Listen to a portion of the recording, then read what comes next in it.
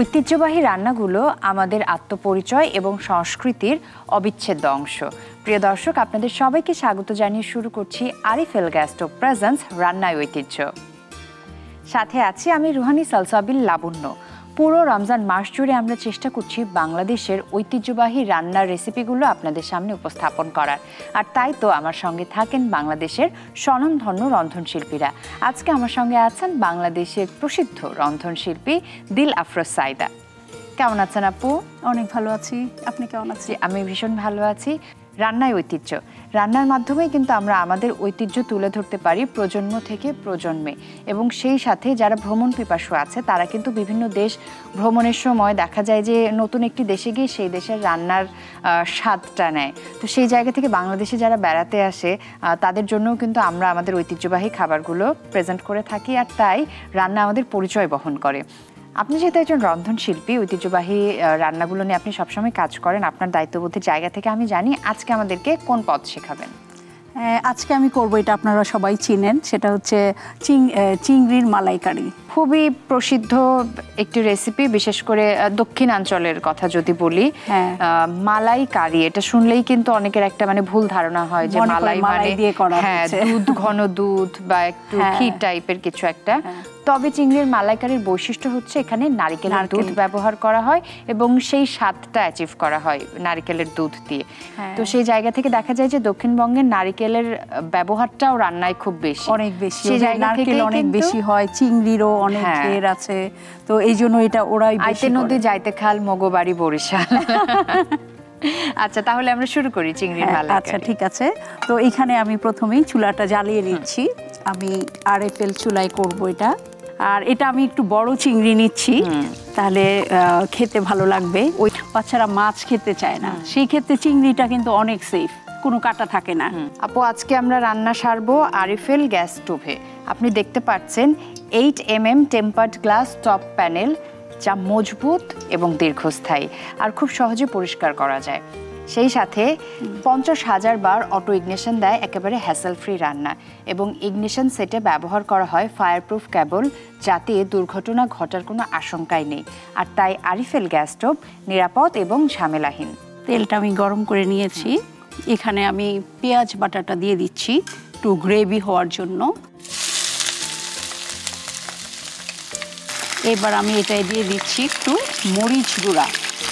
এবার দিচ্ছি, এটা চাইলে পেঁয়াজ দিয়ে বাগার দিয়ে ওটা করা যায়। আমি একটু গ্রেভির জন্য পেঁয়াজটাকে বেটে নিয়েছি। এবার দিচ্ছি রসুন বাটা, তারপরে দিচ্ছি আদা বাটা। এটা একটু নেড়ে নিচ্ছি, তাতে মশলার কাঁচা গন্ধটা চলে যায়। আমি একটু লবণ দিয়ে দিচ্ছি। চিংড়ি মাছ আসলে আমাদের যখন হাতে অনেক কম সময় থাকে, খুব তাড়াতাড়ি কিছু করতে হবে, এই ক্ষেত্রে চিংড়ি মাছের কোনো জুড়ি নাই। আর এখন তো সবারই কর্মব্যস্ত জীবন, শর্টকাটে সবাই করতে চায়।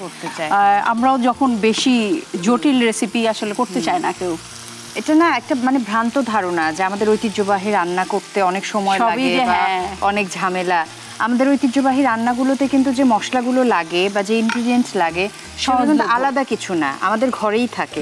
বরং বিদেশি রান্নার ইনগ্রেডিয়েন্টগুলো আমাদেরকে বাজারে সার্চ করতে হয়।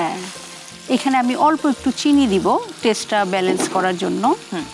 আমি একটু ঢেকে দেই, সিদ্ধ হওয়ার জন্য। আচ্ছা, আর এখানে আমি একটু লেবুটা নিয়ে নিচ্ছি, এটা নামানোর আগে আমি দিব। আচ্ছা, মাছের আইটেমগুলোতে কিন্তু লেবুটা খুব ভালো যায়। আর লেবুটা দেখেন আপা, এই যে আমরা অনেকেই লেবুটা চিপে তিতা করে ফেলি, লেবুটা যদি এইভাবে দেওয়া হয় তাতে কিন্তু হাতও লাগছে না, লেবুটার রসটাও বেশি বের হচ্ছে। অনেক অঞ্চলে দেখা যায় যে ইফতারে কিন্তু একটু হেভি খাবারগুলোও থাকে। অনেকে কিন্তু ভাত জাতীয় খাবার খেতে পছন্দ করে, ইফতারে একটু বিরিয়ানি হোক, খিচুড়ি হোক, সেগুলো রাখে।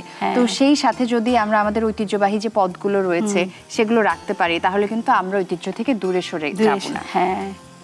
আর অনেকে দেখবেন ভাজা পোড়া খেতে চায় না, সেক্ষেত্রে কিন্তু এইটাই একটা সলিড আইটেম তারা করতে চায়। আমি এখন নারকেলের দুধটা দিয়ে দিচ্ছি, আর দিয়ে দিচ্ছি লেবুর রস। চিংড়ি মাছ দিয়ে ঐতিহ্যবাহী আর কোন পদগুলো আপনি ইফতারি করে থাকেন?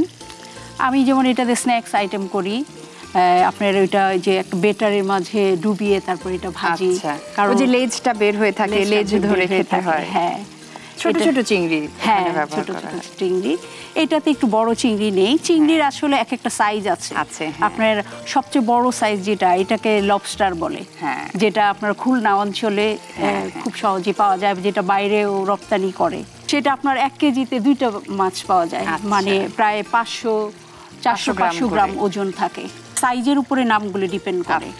তো এই লবস্টারটা আসলে আমরা পাই না খুব একটা, আমাদের আগেই দেখা যায় দেশের বাইরের মানুষ এটা খেতে পারে, এবং সবচেয়ে এক্সপেন্সিভ আইটেম কিন্তু এই চিংড়ি দিয়েই হয়। একটু কাঁচামরিচ দিয়ে দিচ্ছি। খালি করে নিয়েছেন না আস্ত দিচ্ছি? আস্তই দিচ্ছি আমি, যেন ঝাল না হয়। আচ্ছা, কারণ আমি এখানে মরিচ গুঁড়া দিয়েছি, এটা শুধু ফ্লেভারের জন্য দিয়েছি। ঠিক আছে, এখন আমি অল্প 1 মিনিট রেখেই নামিয়ে ফেলবো। নামানোর আগে যদি আমরা এইভাবে চুলাটা কমিয়ে ঢেকে রাখি, তাহলে কিন্তু তেলটা উপরে উঠে আসে। তেল যদি অল্প দেওয়া হয়, সেটা তখন দেখা যায়। আপু, তাহলে আমরা সার্ভিং এর প্রিপারেশনটা নিয়ে নেই। আমি আপনার জন্য আজকে এরকম একটি সার্ভিং বোল রেখেছি। হ্যাঁ, একদম রেসিপির জন্য পারফেক্ট। আমার একটা চামচ লাগবে। ইফতারে এরকম আইটেম যদি সাজানো থাকে, তাহলে কিন্তু মানে চোখ মন দুটোই জুড়িয়ে যায়, তাই না? হ্যাঁ, আমরা এখন চেষ্টা করি যেন ভাজা পোড়া কম খাওয়া হয়। হ্যাঁ, এই যে আপা, আপনার জন্য চিংড়ি মালাইকারি। অনেক ধন্যবাদ আপু, এই ঐতিহ্যবাহী পদটি আমাকে শেখানোর জন্য। প্রিয় দর্শক, দেখে নিলেন তো চিংড়ির মালাইকারি তৈরি করা কত সহজ। তাহলে চলুন আপনাদেরকে আরও একবার দেখিয়ে দিচ্ছি সেই ঐতিহ্যবাহী চিংড়ির মালাইকারি প্রস্তুত প্রণালী।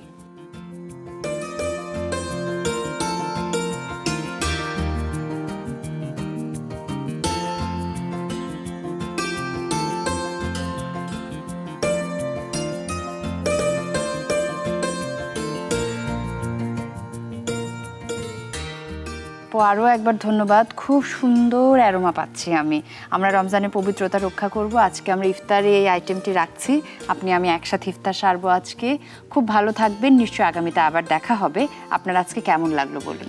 আমার তো অনেক ভালো লেগেছে, এত মজার একটা চুলা পেয়েছি আমি এটা রান্না করার জন্য। ধন্যবাদ আপনাকেও, ধন্যবাদ দীপ্ত টিভির দর্শকদেরকে। খুব ভালো থাকবেন, রমজানুল মুবারক। প্রিয় দর্শক, এই ছিল আমাদের আজকের আরিফেল গ্যাস স্টোভ রান্নায় ঐতিহ্য। আশা করছি আজকের পর্বটিও আপনাদের ভালো লেগেছে। প্রিয় দর্শক, আজকের মতো আমি রুহানি সালসাবিল লাবণ্য বিদায় নিয়ে নিচ্ছি। সবাই খুব ভালো থাকুন। আর হ্যাঁ, আরিফেল গ্যাস স্টোভ প্রেজেন্স রান্নায় ঐতিহ্য দেখতে চোখ রাখুন দীপ্ত টিভি এবং দীপ্ত টিভির ডিজিটাল প্ল্যাটফর্মে।